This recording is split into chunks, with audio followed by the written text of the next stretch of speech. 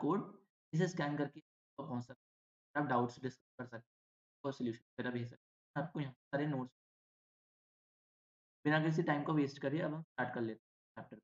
कोई दिक्कत हो, कोई ठीक है? बात कर लेते हैं। तो चैप्टर 2 पार्ट्स में होता है। एक है हमारे सॉल्यूशन, हमारा कुछ पार्ट बेसिक है 11th क्लास से चैप्टर 1 मूल कॉन्सेप्ट का, और एक पार्ट होता है कॉलिगेटिव प्रॉपर्टीज। सॉल्यूशंस वाले पार्ट में हम लोग सॉल्यूशंस देखते हैं, आइडियल और नॉन आइडियल सॉल्यूशन के बारे में जानते हैं, एज़ोट्रोप्स के बारे में जानते हैं, ये सब चीज़ें जानते हैं। और जो दूसरा पार्ट है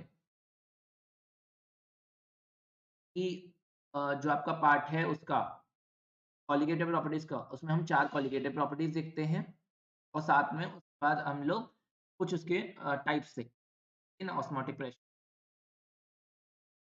ऑडियो वीडियो बता देंगे,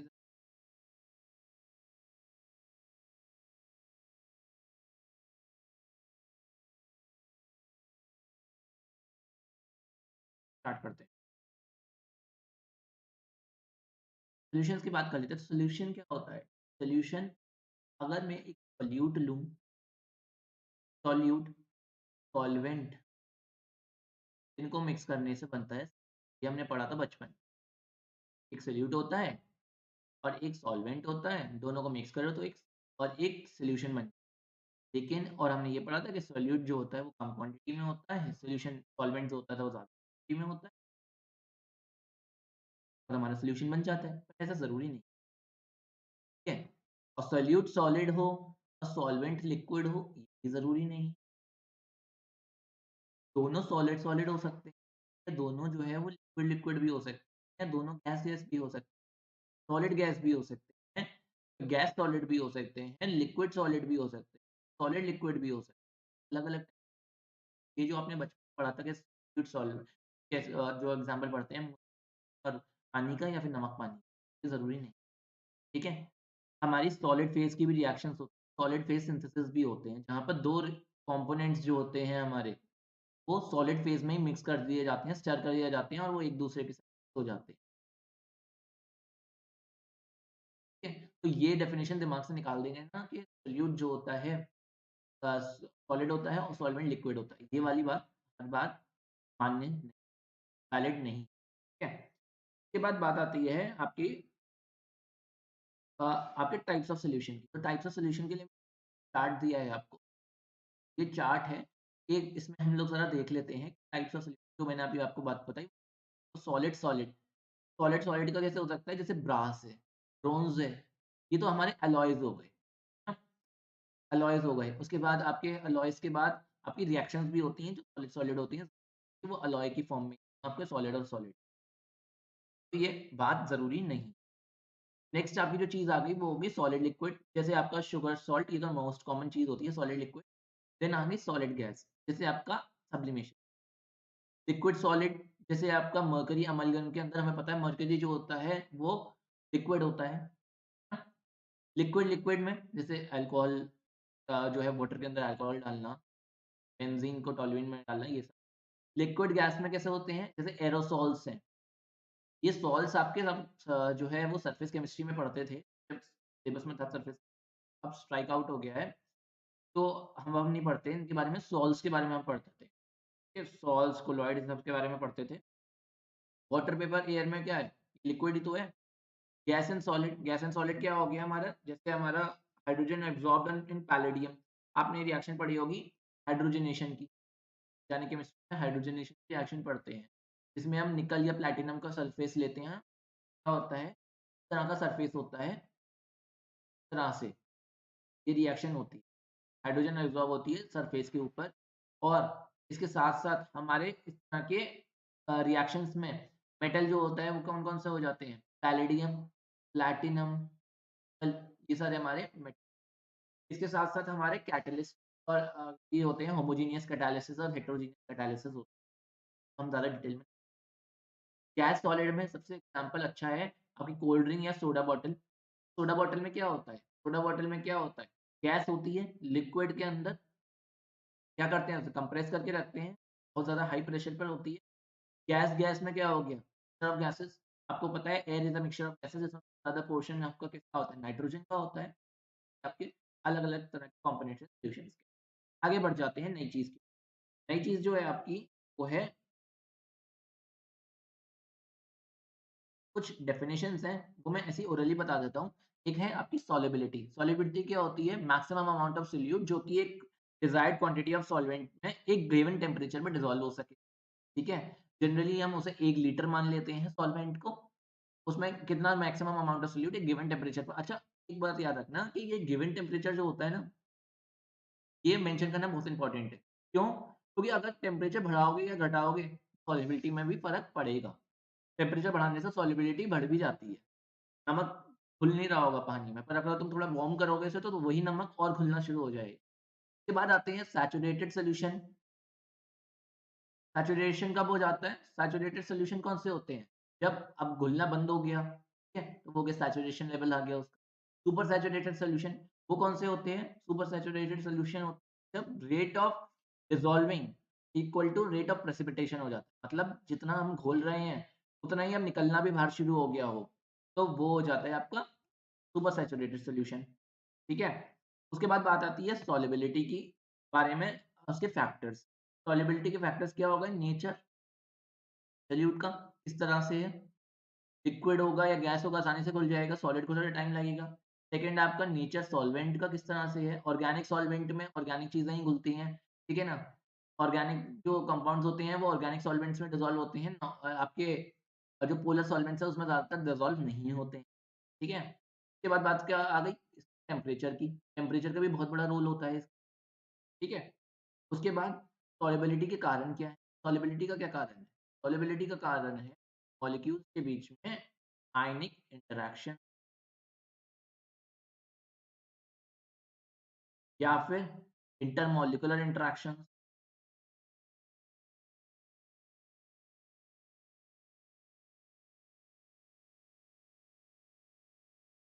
के बाद बात आती है, ये हम लोग जनरली एस ब्लॉक में पढ़ते हैं, solvation energy, hydration energy, solvation. Solvation क्या होती है? क्या फोर्स होती है आपकी इंटरैक्शन सॉल्वेंट और सोल्यूट, सॉल्वेंट और सोल्यूट के बीच में क्या फोर्स ऑफ अट्रैक्शन होती है, वो होती है हमारी सॉल्वेशन। है।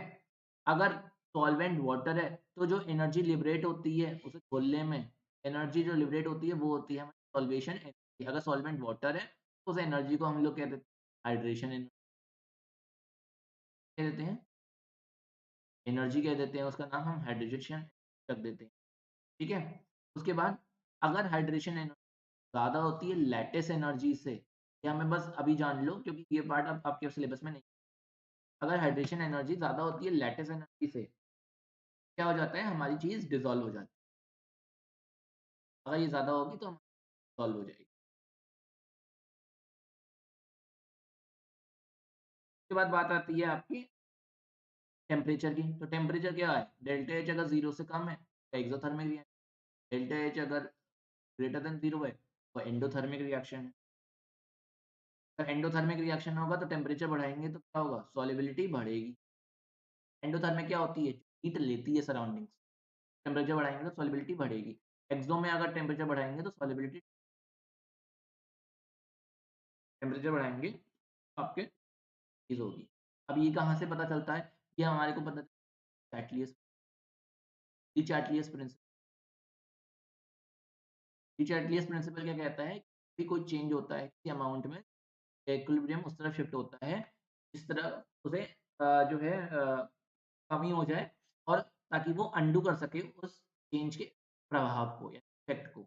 जहाँ भी कमी हो गई उस तरफ शिफ्ट हो जाता है ताकि वो बैलेंस आउट कर सके, पुल आउट कर सके। ये बहुत ही लेमैन लैंग्वेज में ये ली चार्टलेस प्रिंसिपल जान लेते हैं ज़्यादा डिटेलिंग।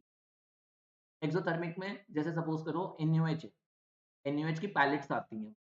NaOH की पैलेट्स हैं। NaOH को पानी में मिलाओगे ना तो NaOH को बहुत डिसॉल्व करना बहुत डिफिकल्ट है। तो NaOH की पैलेट्स को पहले ब्रेक करो, फिर स्टर करो उसे कंटीन्यूअस, ठीक है? तो एक्सोथर्मिक रिएक्शन है, हीट लिबरेट आउट होती है। तो उसमें अगर टेम्परेचर बढ़ाएँगे ना, ये खुल नहीं रही है तो टेम्परेचर बढ़ा के देख लो, कमी हो जाएगी। ये बात याद रख लेना। उसके बाद एक प्रिंसिपल है जिसे कहते हैं लाइक डिसॉल्व्स। ये बात बहुत इम्पोर्टेंट। लाइक डिसॉल्व्स, लाइक का मतलब क्या होता है? पोलर सॉल्वेंट है, तो उसमें पोलर चीज़ें जाएँगी, और अगर नॉन पोलर सॉल्वेंट है, तो नॉन पोलर चीज़ें जाएँगी। जैसे सपोज़ करो पोलर सॉल्वेंट है, यानी कोई सॉल्ट है ऑर्गेनिक का, वो पोलर सॉल्वेंट जैसे वाटर में चला जाएगा। और नॉन पोलर सॉल्वेंट है, सपोज़ करो बेंज़ीन है, या फिर कोई भी मान लो अल्कोहल है, तो अल्कोहल का तो भी अल्कोहल तो पोलर है। बेंज़ीन है, तो ये बेंज़ीन जो है ये टॉलुइन में चला जाता है, टॉलुइन में चला जाता है।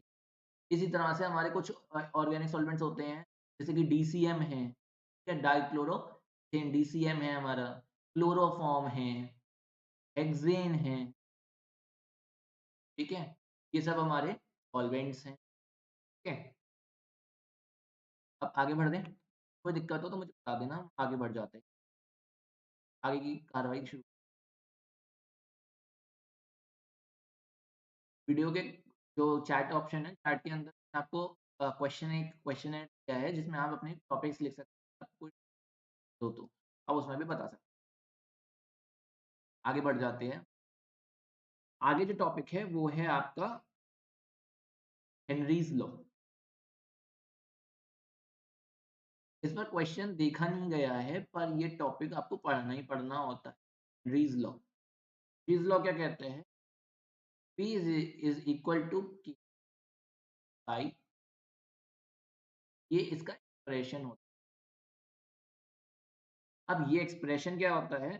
सपोज करो अगर टेम्परेचर कांस्टेंट, एक्सप्रेशन क्या है कि अगर टेम्परेचर कांस्टेंट हो, तो कांस्टेंट टेम्परेचर पर ये होता है, पहली बात तो गैसेस के। अगर टेम्परेचर कांस्टेंट है, तो जो प्रेशर होता है गैस का, वो डायरेक्टली मोल फ्रैक्शन।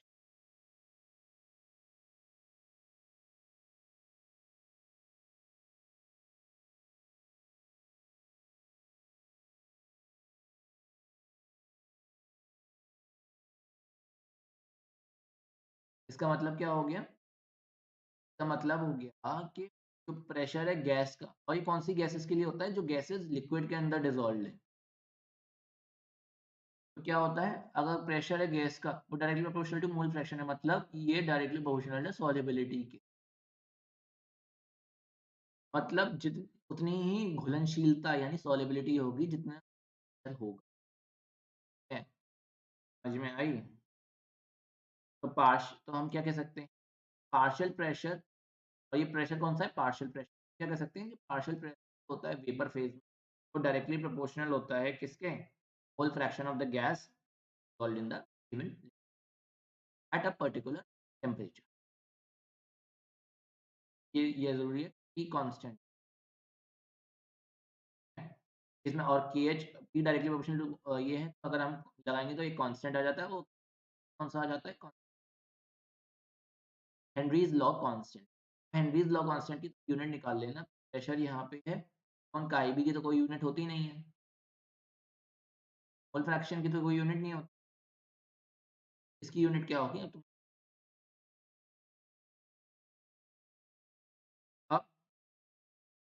अब बात आती है इसकी थोड़ी लिमिटेशंस। लिमिटेशंस क्या है? लिमिटेशंस तो ये हैं इसमें कि प्रेशर ना तो बहुत ज़्यादा होना चाहिए, ना ही बहुत कम होना चाहिए, ठीक है? Nor too high, nor too low, ना ही बहुत ज़्यादा, ना ही बहुत कम होना चाहिए, ठीक है? उसके बाद कोई एसोसिएशन या डिसोसिएशन ना हो, तो भी ये काम कर जाएगी, ठीक है? अब ये इसकी एप्लीकेशंस कहाँ पे हैं? इसकी एप्लीकेशंस होती है सोडा बॉटल्स में, कार्बोनेटेड ड्रिंक्स में, ठीक है? स्कूबा डाइविंग में। उसके बाद इस पर रीजनिंग का क्वेश्चन आता है, न्यूमेरिकल नहीं आता है, रीजनिंग का क्वेश्चन आता है। ये जितने भी एग्जांपल्स बता रहा हूँ ना, ये आते हैं। स्कूबा डाइविंग में इसकी एप्लीकेशन है, और का एप्लीकेशन है, और एप्लीकेशन है इसकी हाई ऑल्टीट्यूड पर ऑक्सीजन की कमी होना। हाई ऑल्टीट्यूड पे लो ब्लड ऑक्सीजन होना। इससे क्या होता है? थिंकिंग कैपेसिटी जो होती है इंसान की, वो रिड्यूस हो जाती है। इसे क्या कहते हैं? नॉक्सिया, एनॉक्स। इस पर रीजनिंग के क्वेश्चंस आते हैं, ये याद रखना। स्कूबा डाइविंग के लिए क्या होता है कि जो आपकी जो ऑक्सीजन का टैंक लेके जाते हैं स्कूबा डाइवर्स, उसके अंदर हमारी नाइट्रोजन जो होती है, उसके साथ हम हीलियम की डाइल्यूशन कर देते हैं, 11.7% डाल देते हैं। तो बस ये पूछता है कि किस चीज़ की एप्लीकेशन, किस लॉ की एप्लीकेशन। नेक्स्ट टॉपिक आ जाता है आपका मेथड्स ऑफ एक्सप्रेशन कॉन्सेंट्रेशन, याद रख लें, मोलैरिटी और एक होती है नॉर्मल, एक होती है मोलैलिटी, ठीक है? और ये बात याद रखना, n is equal to n times of नानी इज n टाइम्स ऑफ नानी, बड़ी होती है तो इस टाइम से ये बात ऐसे ही याद रख, normality is equal to n, और ये क्या n की मोलैरिटी कितनी क्या होती है, number of moles of solute dissolved 1 litre of या पर लीटर, क्या होता है number of moles of solvent जिसकी क्वांटिटी या ml करोगे तो ऊपर 1000 हो जाए। ये हो गया आपका। उसके बाद अच्छा मोल फ्रैक्शन क्या हो जाता है, मोल फ्रैक्शन ऑफ सपोज करो A है, तो मोल फ्रैक्शन ऑफ A क्या हो जाएगा, A अपॉन टोटल का मोल फ्रैक्शन। और अगर हमारा बाइनरी सॉल्यूशन है, बाइनरी सॉल्यूशन में क्या होंगे, दो ही कंपोनेंट्स होंगे, ये जो होगा ये 1 के बराबर हो जाएगा, तो हम x को 1 माइनस एक्स बी सब्स्टिट्यूट, इससे हमें क्या पता चलता है, इससे पता चलता है कि सारे जो मोल फ्रैक्शंस हैं टोटल जो होगा वो 1 होता है, ज़्यादा नहीं होते, कम नहीं होते, सबका टोटल 1 है। तो अगर आपको एक का दे रखा है और बोल रखा है बाइनरी सॉल्यूशन है, तो ऑटोमेटिकली आप 1 में से माइनस दूसरे का निकाल सकते हो। ये बात ये हमें इस पे क्वेश्चन आ, ठीक है। नेक्स्ट है आपका पीपीएम। पीपीएम क्या होता है, पार्ट्स पर मिलियन। ये क्या हो जाता है पार्ट्स पर मिलियन, कि जो आपको पार्ट दे रखा है अपॉन टोटल पार्ट, मिलियन क्या होता है 10 की पावर 6, 10 की पावर पीपीएम। पीपीएम जो है ना जनरली आपको एयर क्वालिटी के लेवल्स में दिखता है, जो आपका एक्यूआई होता है वो आपका पीपीएम उसी में। उसके बाद आपकी आपकी नेक्स्ट टॉपिक है हाँ मोलालिटी। मोलालिटी है ना, मोलालिटी क्या होती है, number of moles of solute dissolved पर केजी ऑफ सॉल्वेंट। यहाँ पर number of moles of solute dissolved per litre of solution था, यहाँ सॉल्वेंट है, डिसॉल्व्ड पर केजी ऑफ सॉल्वेंट, डिसॉल्व्ड पर केजी ऑफ और सॉल्वेंट का वेट जो होता है पर केजी में है, अगर ग्राम में होगा तो ऊपर 1000 आ जाएगा, ठीक है। नेक्स्ट आपका है हाँ नॉर्मैलिटी। नॉर्मैलिटी का होता है number of moles of salt पर litre of solvent, number of gram equivalents of solute. और ग्राम इक्विवेलेंट्स क्या होता है, weight in grams upon equivalent, और इक्विवेलेंट वेट क्या होता है, इक्विवेलेंट वेट होता है molecular weight on N factor, जो होता है इक्विवेलेंट वेट। तो नॉर्मैलिटी क्या हो गई, normality is equal to weight in grams upon molecular weight into N factor, यही हो गई। अब एक चीज, weight in grams upon molecular weight, और यहाँ पे number of gram equivalent solute dissolved per litre है ना, वॉल्यूम इन लीटर हो गया। अब ये चीज देखना सर, ये पार्ट क्या है, क्या इस बात को हम लोग मोलैरिटी नहीं कहते हैं, तो नानी equal to N times of proofed,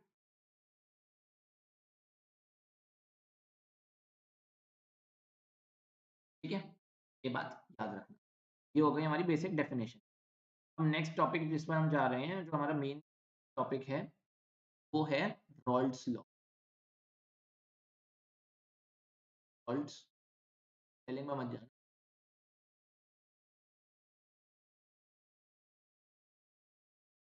रॉल्ड्स law, रॉल्ड्स law. और इसके बाद हम लोग पढ़ेंगे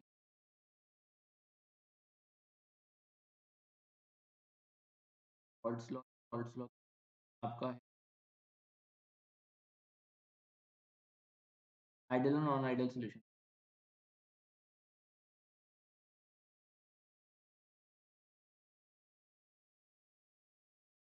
रॉल्ड्स लॉ। अब रॉल्ड्स लॉ में क्या होता है? रॉल्ड्स लॉ सिंपली ये स्टेट करता है, दो केसेस हैं। सबसे पहला केस है रॉल्ड्स लॉ का आपका आपका वॉलेटाइल लिक्विड के लिए, वॉलेटाइल। और सेकंड है नॉन वॉलेटाइल। हमें किससे मतलब है? हमें वॉलेटाइल लिक्विड के लिए बस ये हो जाता है आपका कि वॉलेटाइल प्रेशर जो होता है, पार्शियल प्रेशर हर कंपोनेंट का, वो डायरेक्टली प्रोपोर्शनल जाता है mole fraction present in the solution. मतलब अगर ए है तो ए कंपोनेंट के लिए पी ए हो जाएगा डायरेक्टली एक्स से, टी बी होगा तो वो डायरेक्टली एक्स बी के है, वो इंडिविजुअल वाले के। नॉन वॉलेटाइल में क्या होता है? नॉन वॉलेटाइल में क्या है? नॉन वॉलेटाइल में आ जाता है। नॉन वॉलेटाइल वाला क्या कहता है? नॉन वॉलेटाइल वाला कहता है आपका कॉन्जुगेटिव।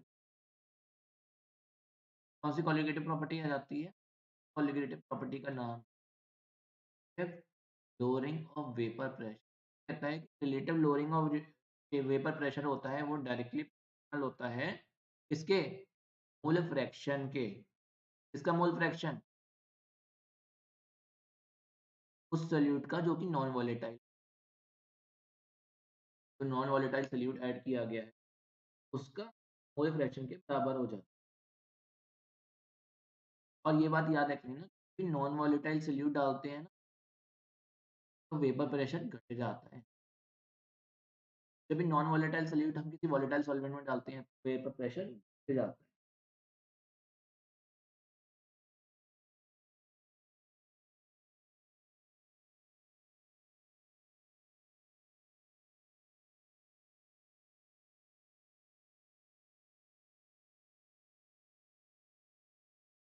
सपोज करो दो सॉल्यूशन, पार्शियल प्रेशर इंडिविजुअल, जो टोटल प्रेशर है वो पार्शियल प्रेशर से कम होगा। ये क्या होता है? पी नॉट है एक्स से, ठीक है। पी भी क्या हो जाएगा? Naught B X B. P क्या हो जाएगा? नॉट ए एक्स से ये हो जाएगा। बात याद रखें।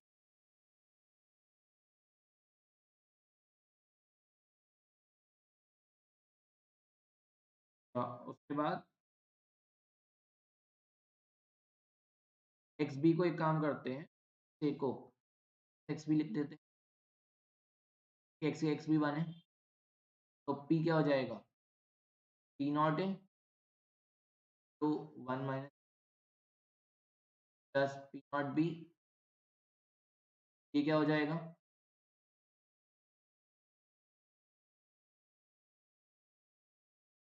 P naught A minus P naught A X B plus P, ये हो जाएगा पी। मतलब क्या है? एक्स बी इधर ले जाओ, naught A naught B equal to P naught A B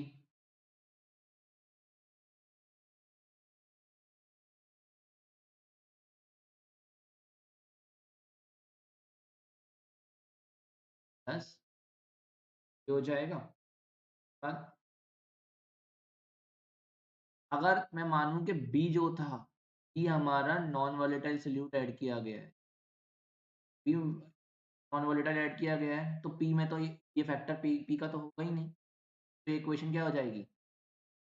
ये इक्वेशन आ जाएगी आपकी is equal to naught A 1 minus P, क्या हो जाएगा? नॉट ए, ये आ जाएगा। यहाँ देखो ये पार्ट है ही नहीं ना।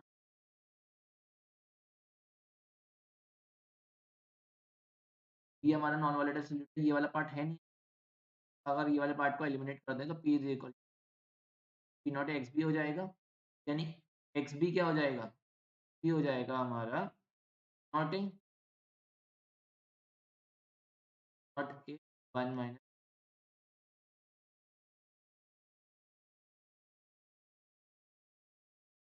हो जाएगा P naught A minus value निकालेंगे, तो अगर एक्स बी निकालेंगे तो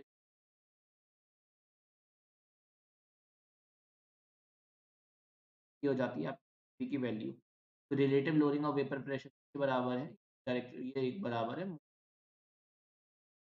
फ्रैक्शन बारे में, और जो एक्सप्रेशन ये हमारा relative vapour pressure, relative lowering है ना, रिलेटिव का मतलब क्या होता है, इसके रिस्पेक्ट में, और ये पी नॉट के रिस्पेक्ट में।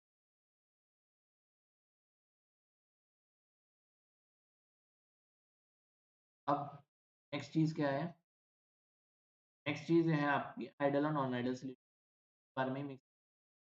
अगर हमारा सोल्यूशन जो होता है रॉल्स लॉ को फॉलो करे तो वो आइडियल है, अगर डेविएट करे तो वो नॉन आइडियल है। नॉन आइडियल में भी पॉजिटिव डेविएशन होता है और एक होता है, सपोज करो अगर हमारा ग्राफ इस तरह से बनाऊं मैं, ग्राफ बनाए इस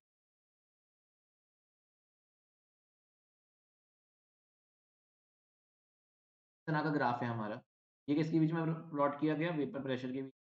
यहाँ पर हमारा x से 1 है, मतलब ये प्योर सोल्यूशन भी 0 हो जाएगा, दोनों का सम तो 1 ही होना है। यहाँ x भी 1 है, x से 0 हो जाएगा, ये हो जाएगा p टोटल, क्या हो जाएगा P A plus P B. ये लाइन किसकी है, ये लाइन है हमारी पी नॉट पी बी की, पी क्या हो जाएगा पी आई बी, और ये लाइन किसकी है पी ए की, ये क्या होता है नॉट ए, ठीक है।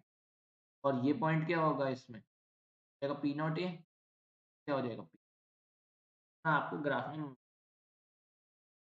तो ये हो गया आपका आइडियल सोल्यूशन। आइडियल सोल्यूशन क्या होता है, ई बराबर हो जाता है,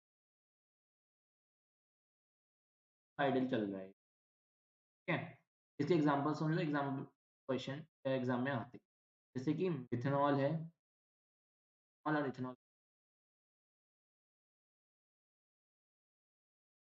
एनहेक्सेन और,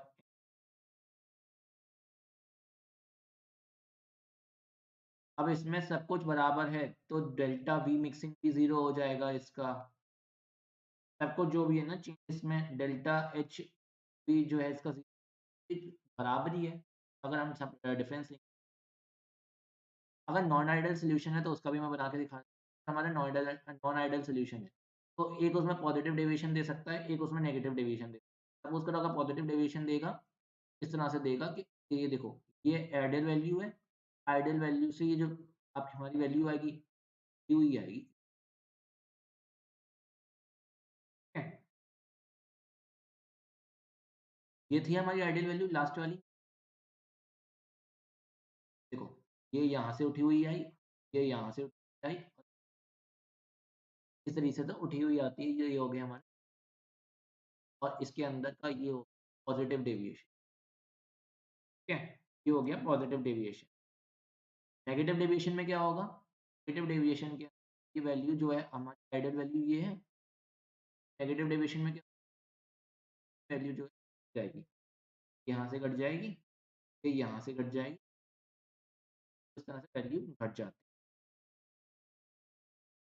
तो पॉजिटिव डेविएशन में क्या होगा, फ्रैक्शन जो होती है ए बी की कम हो जाएगी, बी बी की इंटरेक्ट, और यहाँ क्या होगा ए बी की इंटरेक्ट बढ़ जाती है, तो जो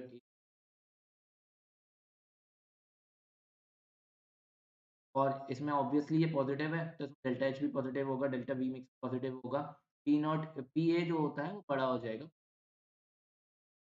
पी नॉट बी भी बड़ा, पी बी भी बड़ा हो जाएगा पी से, तो जो ओवरऑल है ओवरऑल भी बड़ा हो जाएगा हमारी इंडिविजुअल वाला, और इसमें वाइस वर्सा इसमें हो जाएगा P A naught A x not be छोटा हो जाएगा, पी बी छोटा हो जाएगा एक्स बी से, और हमारा ओवरऑल भी जो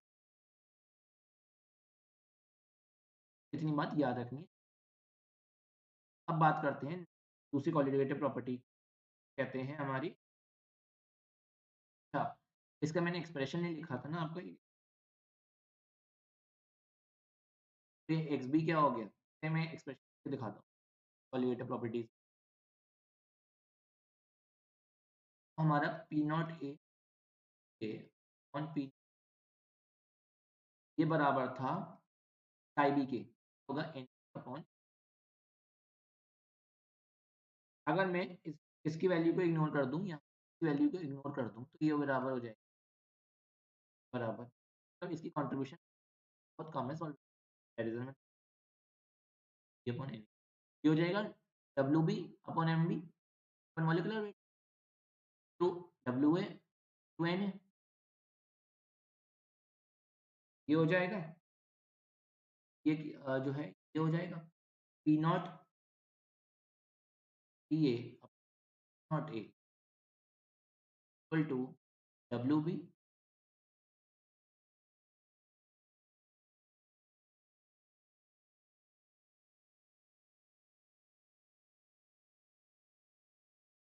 ठीक है, ये बात होल्ड करना।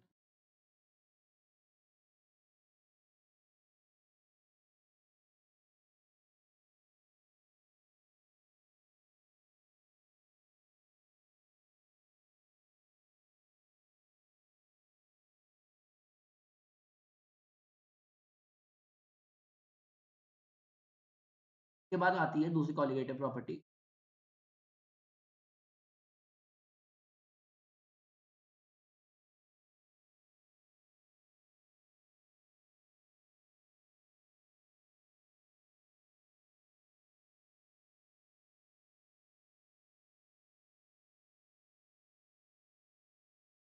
सेकंड नंबर की प्रॉपर्टी है elevation and boiling point. Elevation boiling इसका क्या होता है आपका, इसके अंदर जो होता है आप एक्सप्रेशन याद रख लो, मैं इसका डायग्राम हाथ लाया हूँ। एलिवेशन एंड बॉइलिंग पॉइंट तेज चल रहे हैं क्योंकि हमारे पास समय नहीं है। अगर हमारा बॉइलिंग पॉइंट यहाँ था इनिशियल टीवी नॉट यहाँ था, तो यहाँ से टीवी बन गया, फिर इतना का चेंज आ गया हमारा बॉइलिंग पॉइंट। प्रेशर वही रहा 180 पर हमने मेजर किया, इसका कितना था हमने यहाँ नोट करा इस टेम्परेचर पर, सॉल्वेंट बॉइलिंग पॉइंट सॉल्वेंट का कितना है ये नोट कर, ये डी नहीं है डेल है, डेल टी बी, ये हो जाएगा del T B, del T B क्या हो जाएगा, ये हो जाएगा टी बी माइनस, तो ये क्या हो गया, जब नॉन वॉलेटाइल सोल्यूट हमारा वॉलेटाइल सॉल्वेंट में गया, वॉलेटाइल सॉल्वेंट में क्या हो गया बॉइलिंग पॉइंट से, आप डेली टू डे लाइफ में भी देखते हो ये चीज़ है,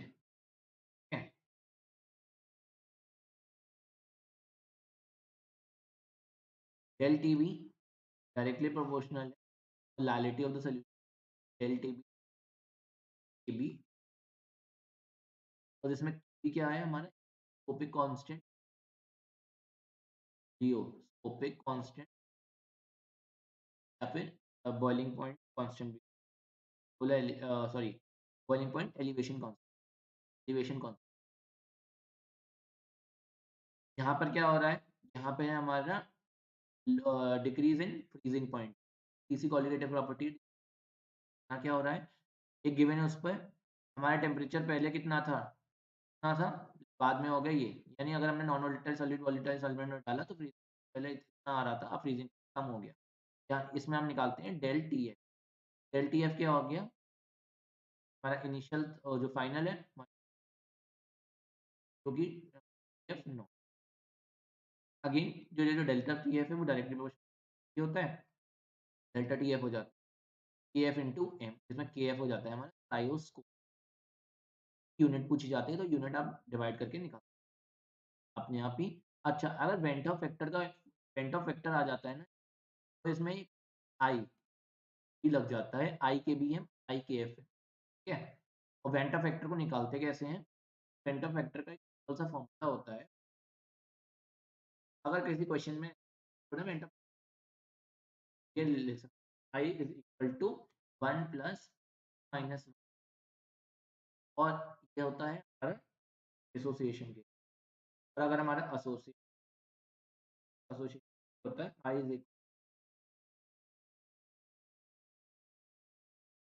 ये हमारे वेंट ऑफ, अभी n क्या है, ये होता है कितने मॉलिक्यूल्स एसोसिएशन करें या डिसोसिएशन, टाइमर बनना है, वैल्यू 2 हो गई, टाइमर बन,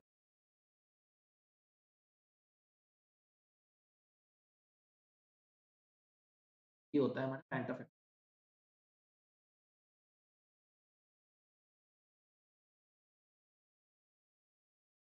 ये बताइए बाद एजेट्रोप्स, ठीक है ना, एजेट्रोप्स के बारे में आता है। एजेट्रोप्स क्या होते हैं, हमें कांस्टेंट बॉइलिंग मिक्सचर होते हैं, मिक्सचर होता है एजेट्रोप, के बारे में याद रख लें। उसके बाद क्या प्रिपरेशन, अच्छा इसमें जो है ना, मैंने आगे का डेरिवेशन नहीं, डेरिवेशन आगे भी चलता है, आगे डेरिवेशन के बाद याद रख लो, तो हैं इसमें, जैसे के बी है ना, तो को आगे solve, R into boiling point का स्क्वायर अपॉन 1000 डेल्टा, ऐसी के एफ होता है, जाता है स्क्वायर अपॉन 1000 इंटू एच, ये भी एक दो फॉर्मूले याद रख।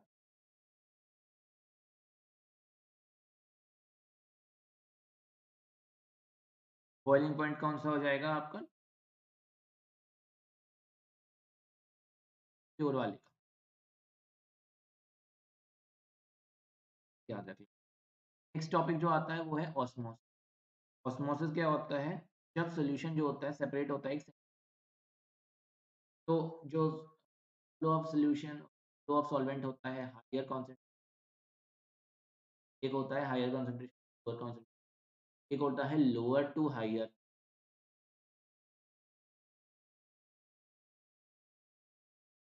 सेमी परमेबल मेम्ब्रेन क्या होती है, सेमी परमेबल मेम्ब्रेन जिससे कुछ ही चीजें पास कर सकती हैं, इसमें क्या हो सकता है आपका गुड्स ब्लैडर,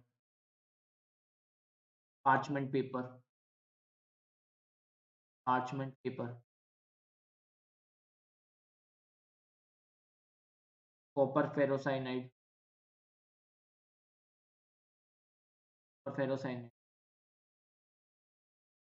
बात आती है ऑस्मैटिक प्रेशर की, ऑस्मैटिक प्रेशर क्या होता है, डायग्राम है मेरे, उससे देखते हैं। ये है हमारा, ये बीच में लग गई सेमी परमेबल, और ये सोल्यूशन सॉल्वेंट प्रदान, और यहाँ पर हमने पिस्टन दबाया, एक एक्स्ट्रा प्रेशर लगाया, फ्लो अब इस तरह से यहाँ से हो सकता है, या फिर एक यहाँ से, तो ये डिपेंड करता है, तो पहले पढ़ते हैं, ठीक है। तो ऑस्मोटिक प्रेशर क्या होता है, ऑस्मोसिस का प्रोसेस हो रहा है, ऑस्मोसिस में क्या हो रहा है, सॉल्वेंट के मॉलिक्यूल सोल्यूशन में जा रहे हैं, अब इन्हें रोकना है मुझे, मैं क्या करूंगा, एक एक्स्ट्रा प्रेशर लगाना पड़ेगा इधर आने से, तो वो जो एक्स्ट्रा प्रेशर लगाते हैं, आई से डिनोट करते हैं, वो ऑस्मोटिक प्रेशर बराबर किस बराबर होता है, आर, आज तक आपका, आपका टी टेम्परेचर, ठीक है। तो इसमें आप टी की वैल्यू क्या हो जाएगी, टी हो जाएगा डब्ल्यू बी, और इंटू डब्ल्यू बी एम का मतलब,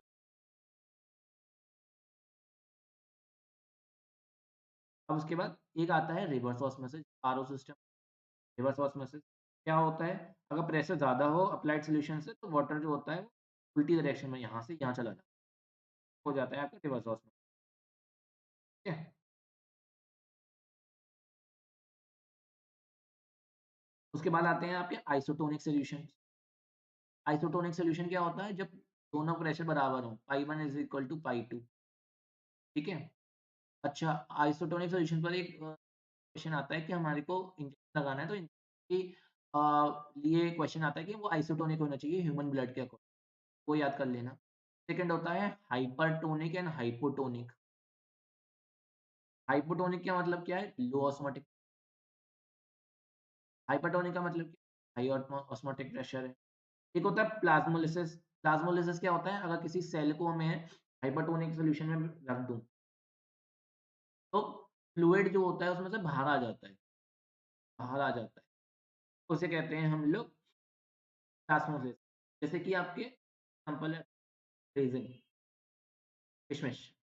आप हाइपोटोनिक सॉल्यूशन में रख दो, बहुत ज़्यादा नमक के पानी में रख दो, तो क्या होगा? पहले तो वो फूल जाएँगे, स्वेल हो जाएँगे, उसके बाद वो हो जाते हैं। जैसे हमारे सॉरी ग्रेप्स के बारे में, ग्रेप्स, जिससे हमारे रेज़िन का फॉर्मेशन होता है। उसके बाद आती है आपकी एब्नॉर्मल मॉलिक्यूलर मास की। Abnormal molecular normal abnormal molecular mass के बारे में मैंने आपको एक फॉर्मूला तो बता ही दिया। आई एक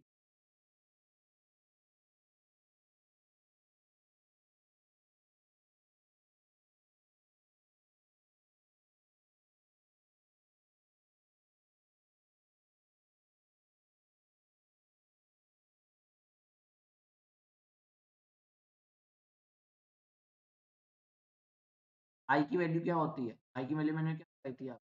आई जो होता है एसोसिएशन के लिए। लेकिन आई होता क्या है? आई की वैल्यू क्या होती है? आई जो होता है हमारा, वो होता है मॉलिक्यूलर मास एक्चुअली में होता है अपॉन ऑब्जर्व ऑब्जर्व किया है उसके बारे में। ये क्या हो जाता है? ये मॉलिक्यूलर मास है। लेकिन ये किसके होता है रेसिप्रोकल, ये होता है कॉलिगेटिव प्रॉपर्टी के। Observe colligative property, normal colligative property की जो calculated value, calculated upon calculate colligative property. ये किसके बराबर हो गया? Particles after association and dissociation, after association and dissociation upon before, before में थे। अगर हमारा एसोसिएशन होगा तो याद रखना एसोसिएशन आई की वैल्यू कम होगी, अगर डिसोसिएशन आई की वैल्यू। क्यों? एसोसिएशन में क्या होता है? बहुत सारी चीजें मिलके एक बन जाती है, ठीक है? बहुत सारी चीजें मिलके एक बन जाती है, आई की वैल्यू। पार्टिकल्स आफ्टर एसोसिएशन, पार्टिकल्स कम हो जाएंगे। बिफोर कितने थे? एसोसिएशन में क्या होगा? बिफोर ज्यादा होंगे, अब कम हो जाएंगे, तो क्या हो जाएगा? डिनोमिनेटर बड़ा हो जाएगा, न्यूमरेटर आई की वैल्यू जाएगा। एसोसिएशन में क्या होगा? आई की वैल्यू 1 से ग्रेटर हो जाएगी। क्यों? पार्टिकल्स पहले कम थे, अब ज्यादा हो गए, तो न्यूमरेटर बड़ा हो जाएगा, आई की वैल्यू ज्यादा हो जाएगी। बात का ध्यान, बस इतनी बातें थी इसके अंदर। बाकी न्यूमेरिकल्स पर हम बाद में डिस्कस अगले चैप्टर। वीडियो पसंद आई हो तो लाइक शेयर और सब्सक्राइब करना, और बेल आइकन के साथ हिट करना चैनल को, ताकि आपको अपडेट्स